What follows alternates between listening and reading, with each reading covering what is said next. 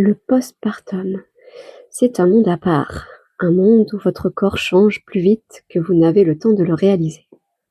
Un monde où la faim peut devenir déroutante, plus vive, plus fréquente, plus imprévisible. Et souvent on se demande, pourquoi j'ai aussi faim alors que je viens d'accoucher? Pourquoi j'ai envie de sucre, moi qui n'en mangeais presque jamais? Pourquoi j'ai l'impression de ne plus me reconnaître? Aujourd'hui, on met des mots sur ce que vous vivez, on remet de la douceur sur ce que vous ressentez et surtout, on vous redonne le pouvoir de comprendre votre corps. Bienvenue dans votre espace audio.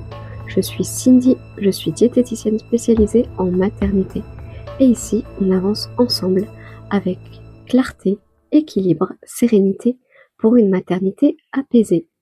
Ce podcast existe pour que vous vous sentiez plus jamais seul avec vos sensations, vos envies, vos émotions, surtout après la naissance.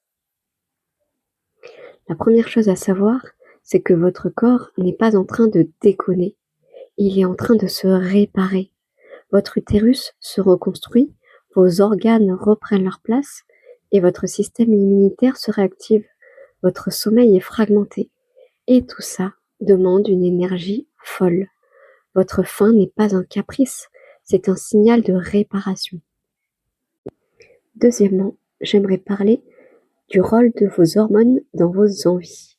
Entre la chute brutale des hormones de la grossesse et l'adrénaline des premières semaines, votre cerveau cherche du réconfort, du carburant rapide et de la stabilité. C'est normal que vous ayez envie de sucre. C'est normal que vous ayez faim plus souvent. Votre corps essaye simplement de retrouver un équilibre. Enfin, allaitement ou non, qu'est-ce qui change réellement? Si vous allaitez, vos besoins explosent. Votre corps brûle entre 400 et 700 calories par jour juste pour fabriquer le lait. Mais même si vous n'allaitez pas, la fatigue, la récupération et les nuits hachées augmentent la demande énergétique. Personne ne vous le dit, mais votre corps continue de travailler autant qu'en fin de grossesse. Est-ce que vous avez remarqué que les fringales arrivent plutôt le soir? Vous aussi, vous craquez le soir. Vous êtes loin d'être seul. La journée, vous êtes dans l'action, bébé, logistique, émotion. Le soir, tout retombe.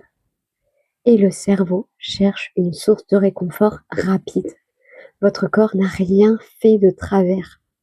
Il demande juste un peu d'énergie et un peu de douceur. Alors vous vous demandez comment apaiser cette faim sans se priver, sans culpabiliser? Le but, ce n'est pas de contrôler votre faim. Le but est de la comprendre. Je vais vous donner quelques repères simples qui peuvent vraiment changer vos journées. Une vraie source de protéines à chaque repas. Des fibres pour stabiliser votre énergie. Des snacks rassasiants avant les fringales. Et surtout, de la bienveillance. Votre appétit vous parle. Écoutez-le avant qu'il ne crie. Ce nouveau corps, ce n'est pas un corps perdu. C'est un corps qui renaît, qui se reconstruit, qui vous protège et qui protège votre bébé.